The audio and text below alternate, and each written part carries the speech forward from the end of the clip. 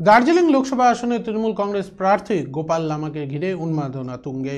মঙ্গলবার বাগডোগরায় আসতেই তাকে ঘিরে উচ্ছ্বাসে ফেটে পড়ে তৃণমূল ও ভারতীয় গোর্খা প্রজাতান্ত্রিক মোর্চার নেতাকর্মী ও সমর্থকেরা।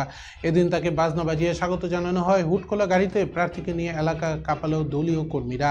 গত রবিবার ব্রিগেডের ময়দান থেকে রাজ্যের 42টি আসনে প্রার্থী তালিকা ঘোষণা করে তৃণমূল কংগ্রেস। এই প্রার্থী তালিকায় ছিল একাধিক চমক। বেশ কিছু নতুন নাম উঠে আসে, আবার বেশ কয়েকজন বাদও পড়ে যায়।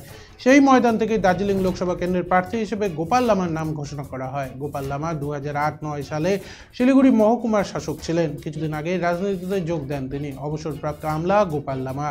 এরপরে পর্যটন দপ্তরের যুগ্ম ডিরেক্টর পদেও ছিলেন গোপাল লামা। পরবর্তীকালে জিটি এর পর্যটন দপ্তরেও যোগ দেন গোপাল লামা। এবার তাকেই লোকসভা নির্বাচনে প্রার্থী ঘোষণা করে তৃণমূল। উল্লেখ্য, পরপর 3বার লোকসভা নির্বাচনে দার্জিলিং কেন্দ্রটি বিজেপি দখল করে। ইতিমধ্যে দার্জিলিং জেলায় রাজনৈতিক বহু পট পরিবর্তন হয়েছে।